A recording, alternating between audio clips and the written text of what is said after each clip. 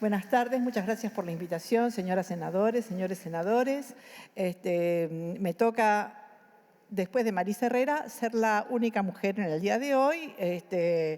De toda esta gente invitada a hablar de cómo debe ser nuestra Corte, solamente 2 mujeres. No sé quién será el culpable, yo solamente lo digo. Háganse cargo. Después, y justamente sobre este tema, lo que hay que decir es que todos los que me precedieron, sentados en esta silla, hablaron de la necesidad de una representación de género. No es un problema de representación de género, tiene que haber paridad de género en un tribunal de justicia, como hay paridad en el Senado de la Nación, que nos ha demostrado con la actividad de las señoras senadoras que el género femenino bien puede ser un excelso representante. Nadie lo dudaría viendo el Senado de nuestra nación. Sonríen, bueno, me alegro. Todos han hablado del 1285, del 58, una cosa espantosa que todo el Poder Judicial de la Nación, las 28.000 personas más o menos que integran el Poder Judicial de la Nación, dependen de un decreto de la Libertadora y modificado en realidad en sus bases, porque ha sido múltiples veces modificado por sucesivas reformas y por acordadas de la Corte, porque la Corte se autoconstituye en su propia legisladora y lo arma y lo desarma como dictan las épocas. El artículo 23, que ya citó el doctor Arlañán, dice: la Corte se dividirá en salas de acuerdo al reglamento que ella misma dicte. Y ahí está la historia. La Corte dicta su propio reglamento y además tiene el control de los reglamentos de todas las cámaras federales y nacionales.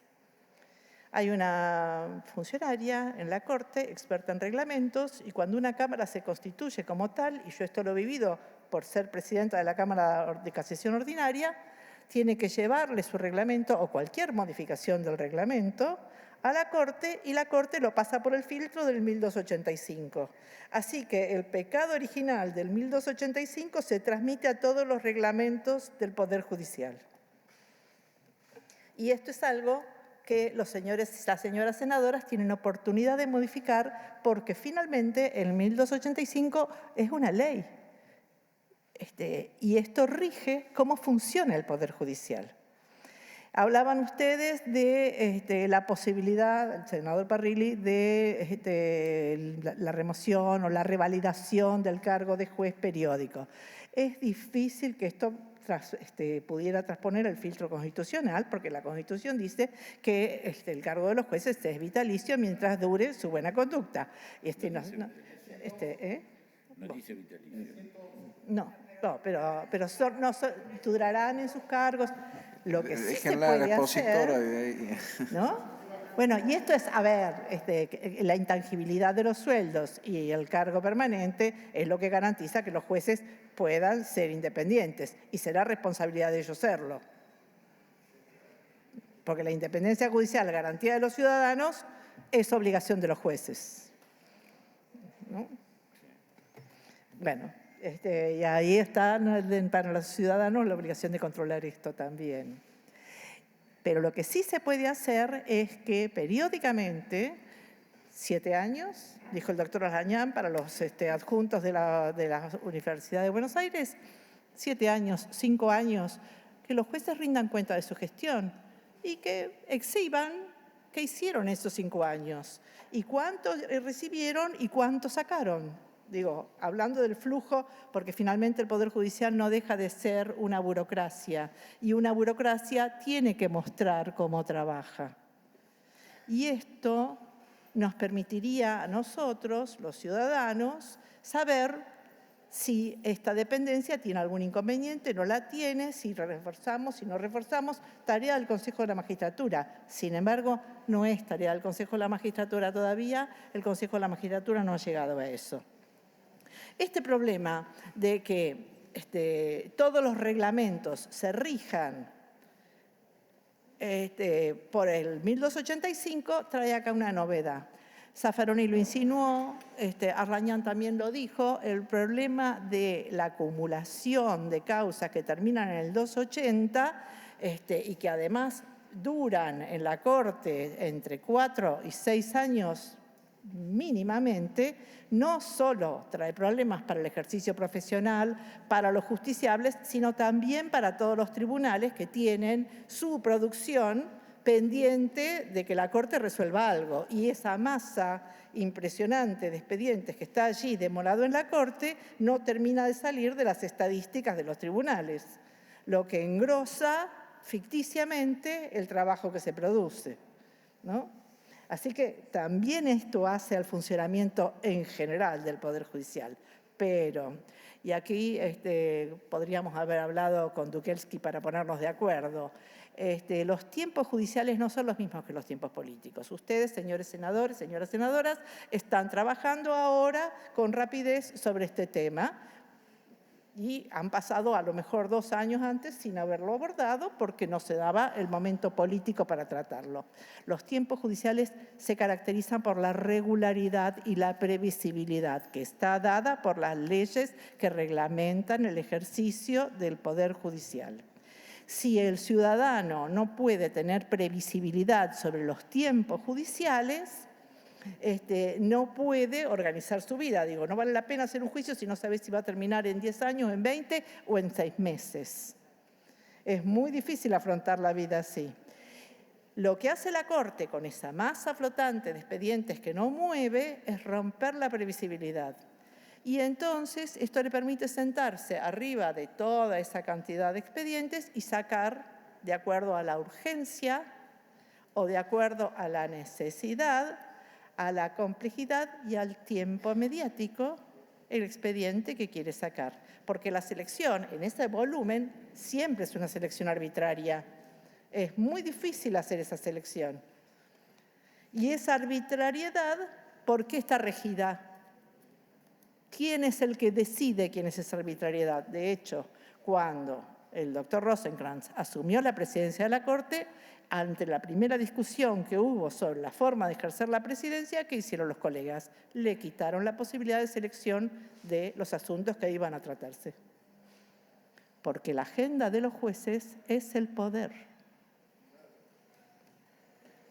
Y entonces, es el poder porque se ejerce arbitrariamente, por eso es el poder. Entonces, desde mi punto de vista, si nosotros vamos a pensar en un aumento de miembros de la Corte y traer la Corte al siglo XXI, y ahora me meto en el asunto de las salas, lo que tenemos que pensar es que en el reglamento tenemos que conseguir que la agenda de la Corte sea pública, controlable y que las causas salgan resueltas en la medida en que van ingresando, en el orden en que van ingresando. Y si esto no es así, por razones de urgencia, y puede serlo, porque algún asunto justifica una urgencia, que esta urgencia sea justificada fundamentadamente. Esto implica un sedazo previo. Implica, cuando las causas llegan a la Corte, decir, esta sí, esta no, esta sí, esta no. Hacer un control de admisibilidad. Cuando se instaló la Cámara de Casación Ordinaria, que a mí me tocó circunstancialmente presidir en el primer año, le llevamos a la Corte nuestro nuevo reglamento, instalando una sala de admisibilidad compuesta por un miembro de cada una de las salas de la Cámara de Casación que consiguió eliminar el 40% del ingreso de recursos a esa Cámara. La Corte, sobre la base del 1285, aprobó la creación de la sala de admisibilidad de la Cámara de Casación Ordinaria, de manera que no habría objeciones hoy para que la Corte tuviera su propia sala de admisibilidad. Y que, si no va a tratar el asunto porque no le parece de interés, lo diga en el término acotado de 6 meses, y no 6 años después. Y ahora hablando de lo que se ventilaba hoy sobre la casación y la no casación. Es inevitable que la Corte asuma las funciones de casación. Nadie va a dejar eso. Eso es ilusorio pensar que legislativamente se va a cerrar esa compuerta. Eso ya está lanzado y no se va a evitar. la Corte va a seguir haciendo la casación de todo el país. Lo que podemos pensar es componerla de forma tal que tenga salas de las diferentes materias que individualmente trabajen en la tarea casatoria, pero que constituyan un tribunal único para tratar las cuestiones de constitucionalidad, porque las cuestiones de constitucionalidad, según nuestra Constitución, corresponden a una Corte única. Pero no necesariamente necesito una corte de 20 y pico de miembros o de 5 miembros o de lo que sea para saber si una baldosa es arma o no es arma para el robo con armas, digamos, por cómo se interpretó en Jujuy o cómo se interpretó en Santa Fe. Eso lo hace una sala de casación. Y esto no eliminaría las cámaras de casación, porque las cámaras de casación son la única instancia de recurso ordinario, bueno, extraordinario porque es casatorio, pero digamos inmediato, de los tribunales orales federales y ordinarios de acá de la Ciudad de Buenos Aires, y las sentencias de los tribunales orales son primera instancia y necesitan un recurso por el derecho al recurso, por la Convención Americana. Así que no podríamos eliminarlas. Tampoco estaríamos hablando de una cuarta instancia, porque para entrar a la Corte, y además una sala de admisibilidad razonable, acortaría y achicaría los tiempos. Esta es la oportunidad. Aumenten la Corte, denle paridad, armen una Corte con salas de las diferentes materias. Basta ver cuáles son las secretarías que tiene la Corte hoy. Con eso ya tienen qué materias la Corte trata separadamente y por qué razones. Bueno, Muy bien. creo que me quedo con eso. Y sí, básicamente todo lo demás, imagínense, con lo que dijeron Armañán y Zaffaroni, ya está. Muy clara y extremadamente práctica. Senadora Bueno, pero yo he sido Pilati jueza Vergara. y he sufrido la Corte mucho tiempo. A ver, la Corte, les cuento, la Corte habilita, cuando ustedes crean un juzgado, la Corte tiene que habilitarlo para que ese juzgado pueda empezar a funcionar. Por ejemplo, el juzgado de Sáenz Peña, con las computadoras compradas, con los empleados designados, con los jueces, tardó 2 años la Corte en habilitarlo.